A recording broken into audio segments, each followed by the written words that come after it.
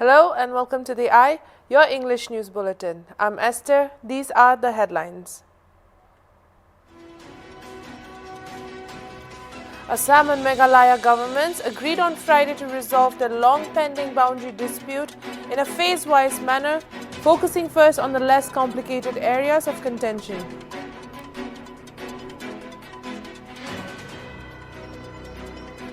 CNN has fired 3 of its employees for coming to work unvaccinated.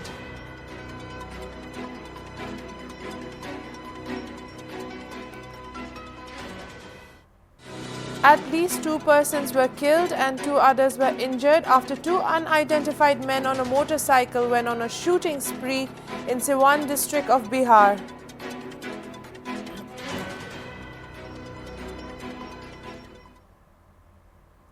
Now for the news in details. Initiating a discussion on matters of urgent public importance pertaining to Nagaland-Assam border at the 8th session of the 13th Nagaland Legislative Assembly NLA on August 5th in Kohima, MLA Imkung L. Imchen said that Assam Chief Minister Himanta Biswa Sarma, after becoming the CM, started flaring up border issues with all the neighboring northeast states. Imchen said that the border issue between Assam and Nagaland has been occurring from time to time, and above that, continuous harassment meted to the Naga people while passing through Assam's side is experienced by everybody. Assam is the most potential state among the northeast, and without their cooperation, other states face problems. Acting as a stepbrother and gone little too far, Imchen said. Citing that donor ministry and NEC are present here, and Chief Minister of Nagaland Nifurio, who is also the senior most chief minister in the whole northeast, should take initiative to call the northeast CMs, excluding Assam, to discuss how best they can pursue and have NEC and donor minus Assam. Construction of foothill road from Tizit to Kilma is in the interest of Naga people, which has been blocked by Assam politically, bureaucratically and technically.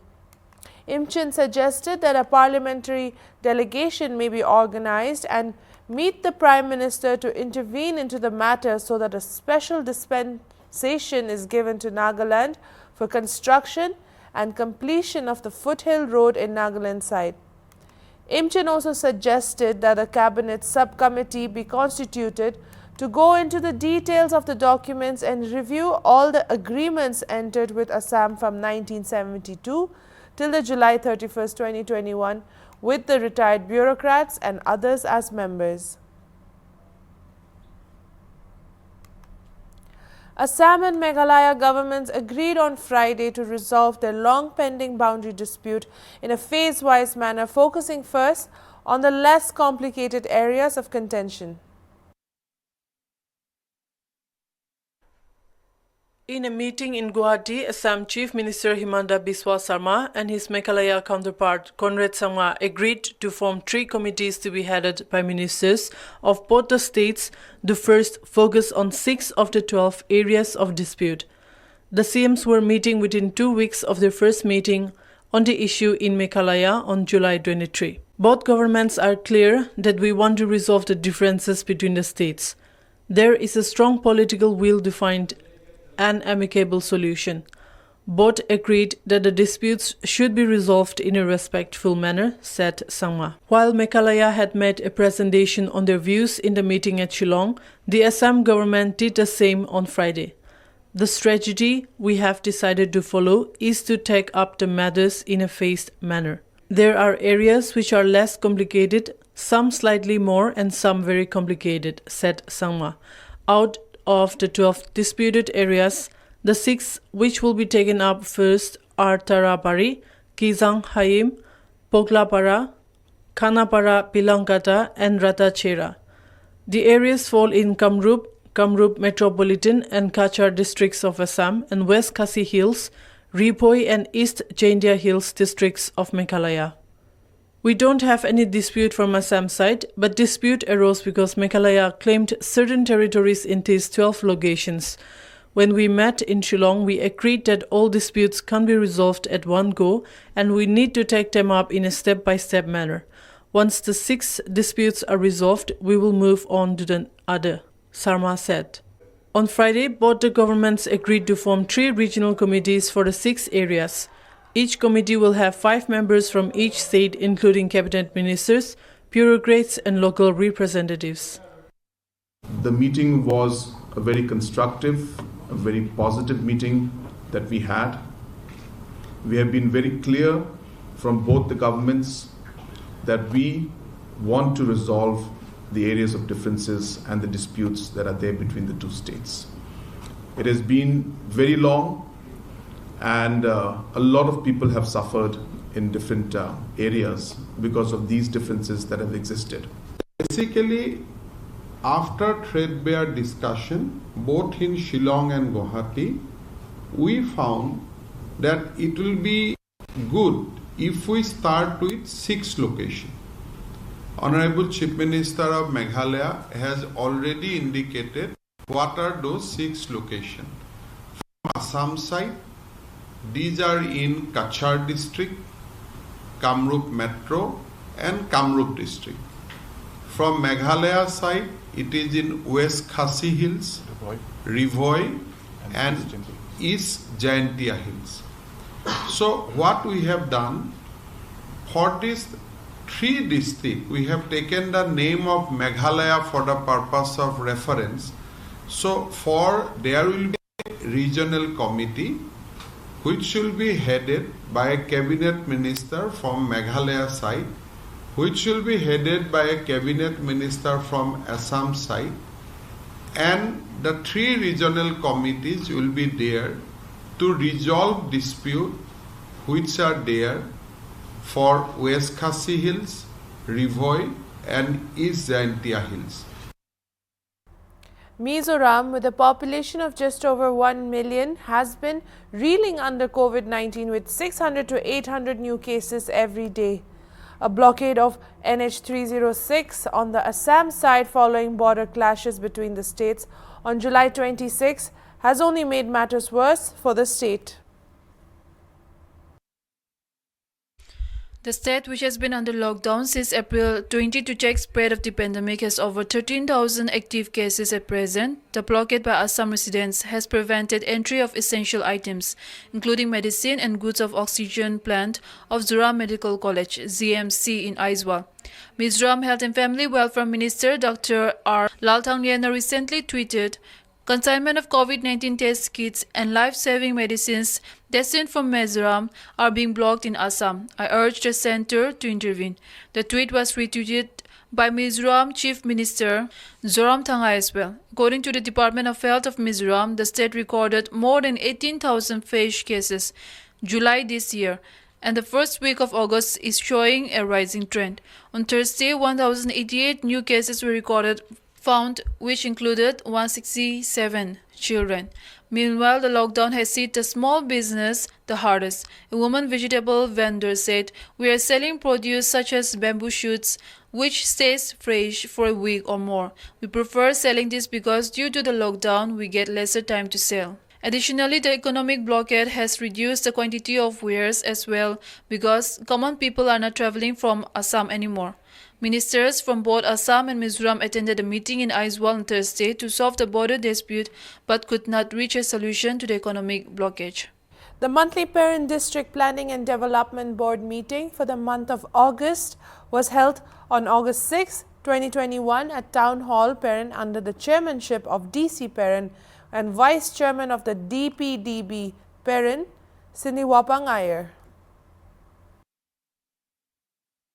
The board members deliberated on the following agendas, which included approval of LADP 2021 to 2022 for 7 AC Parent, construction of District Swell Office Staff Quarter at Parent HQ, backward provision for Rongmei community under NEC and preparation for Independence Day celebration 2021.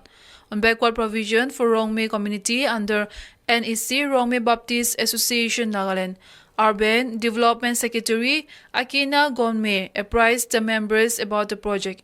mentioning that urban as implementing partner society along with social welfare initiative for fundamental transformation, SWIFT, as sister agency of implementing partner society, has already submitted a proposal with two components under the proposal titled Economic Upliftment of Rongmei Tribe in Peren District, Nagaland, to Deputy Commissioner Peren, which was later approved by the members present, and further decided to forward the same to the Planning and Coordination and NEC for further pursuit of the project concerned.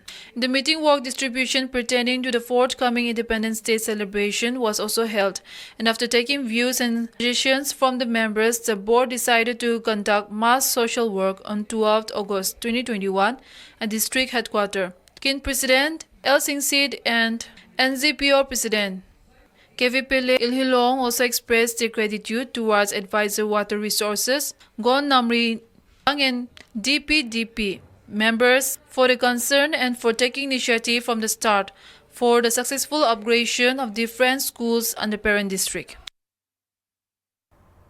At least 2 persons were killed and 2 others were injured after 2 unidentified men on a motorcycle went on a shooting spree at Maharaganj in Siwan district of Bihar on Thursday afternoon, police said. The incident took place at around 3 p.m. when the miscreants arrived at Ramprit Moor and started firing indiscriminately before speeding away. Maharajganj is about 140 km away from Patna. It is not clear who the assailants were and why they fired randomly at the people, Maharajganj Sub-Divisional Police Officer Polatsu Kumar said, adding that a search was underway for the accused. The motive behind the act is yet to be ascertained, Kumar added. Eyewitnesses claimed that the assailants first shot one Muhammad Arman Mansoori, who died on the spot. They later shot another youth, Sudama Yadav, who was declared dead on arrival at Sadar Hospital in Siwan. The assailants then shot at another man, who was identified as Ashok Patel, a resident of Raghunatapur. Another man, Manish Kumar of Rakarchand, who was also injured in the incident and taken to Sadar Hospital. They were shooting whoever they were looking at. Sometimes they were shooting in the air. The young man riding the pillion had 3 pistols. Everyone was running for cover. I saw 3 people fall after being shot, Muhammad Yusuf, who was with Mansoori at the time of the incident, said. Siwan Superintendent of Police Kumar Apinav said a team of forensic experts was present at the spot to collect samples and a probe was underway. Etihad Airways will launch its flights from New Delhi, Chennai, Kochi, Bengaluru and Trivandrum from August 7th as the United Arab Emirates recently relaxed some travel restrictions from people travelling from India. This does not mean that Indians will now be allowed to travel to Dubai, as the UAE government has not completely lifted the travel restriction on India. UAE citizens and transit passengers from India are now allowed to travel to the UAE. Last month, the National Airways suspended all flights in India and said that suspension can extend till mid-August. But as the UAE revised its restrictions for people travelling from India, Etihad has resumed booking. From August 10th, the airline will add flights from 3 more Indian cities and other cities from Bangladesh, Pakistan and Sri Lanka, the carrier said in a statement. Flights from Ahmedabad, Hyderabad, Mumbai, Karachi, Lahore, Islamabad, Dhaka and Colombo will resume. In other news, CNN has fired 3 of its employees for coming to work unvaccinated, reported the Associated Press on Friday morning, citing an internal company memo sent by the US news channel chief Jeff Zucker to the terminated staff. First obtained by AP was later tweeted by media reporter Oliver Tarsi. The organization, however, offered no official details on the firing. Let me be clear, we have a zero-tolerance policy on this, the memo read. Referring to the media organization's strict stance on the coronavirus disease, COVID-19 related protocols, CNN chief Zucker has dedicated that there will be very little leeway for employees when it comes to adherence to COVID-19 protocols. Vaccines are mandatory whether the employees report to the office or are out on the field, said Zucker in the internet company memo to his staff members. While proof of vaccination has currently been left to the honor system, that may change in the coming weeks, he said. CNN has left most of its offices open, that employees are free to attend on a voluntary basis. However, masks are mandatory in the Atlanta, Washington, and Los Angeles offices when people are not eating, drinking, or in an enclosed private space. Even in offices where mask wearing is not mandated, people should do what feels comfortable to them without any fear of retaliation or judgment from co-workers, Zucker highlighted in the memo. The CNN chief's strict reminder comes at a time when the United States is dealing with rampant vaccine hesitancy, even in COVID-19 hotspots like the state of Wyoming. Viral videos of people having meltdown over masks are commonplace, and in many parts of the United States, it is not uncommon for two complete strangers to confront each other publicly over the issue of wearing masks or getting a shot of vaccine. CNN is currently planning a company-wide return to the office on September 7, but it might be delayed until at least early to mid-October, reported AP, adding that more than a third of new staff members have already returned. The FBI have identified the attacker who killed a police officer on a bus platform at the Pentagon and forced the U.S. Defense Department into lockdown, but gave no motive for the attack.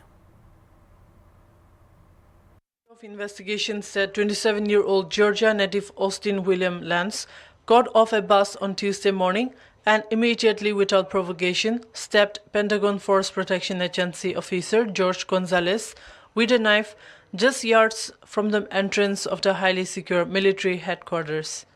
A struggle ensued in which the subject mortally wounded officer Gonzalez and then shot himself with the officer's service weapon, the FBI said in a statement.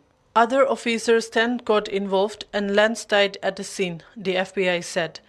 It did not say if the officers also shot Lance, but witnesses said that there was a volley of gunfire in the incident. Gonzalez was rushed to the hospital but did not survive.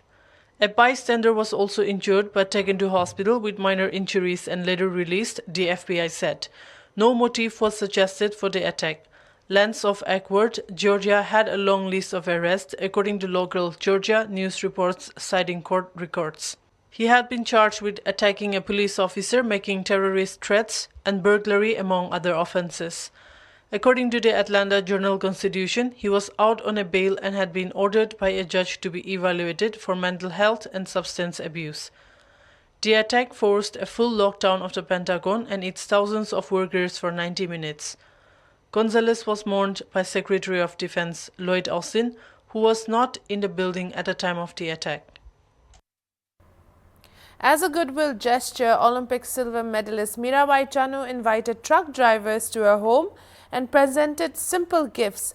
Chanu said that she was really fortunate to be able to invite the drivers to her home who had helped her when she started training at Kuman Lampak, which is around 30 kilometers away from her home. The Olympian has always maintained that it was because of these truck drivers that she could reach this level in her life. As she almost broke down while remembering her struggling days, she spoke of how these truck drivers would give her a lift almost every day. She further said she would never forget the truck drivers and she will be fortunate if she could help them in future as well. Chanu is from a small village called Nongpok Kakching, which is 30 kilometers away from Imphal town, and she used to travel every day for training when there used to be very little means of transportation at that time. Despite the COVID scare prevailing in the state, she treated the truck drivers with a feast at her home, which she says is a token of love from her side. The silver medalist has already been invited by the President of India at the 15th August celebration, where she is going to be felicitated. That's all the news from the Eye. I'm Esther. Keep watching Hornbill TV.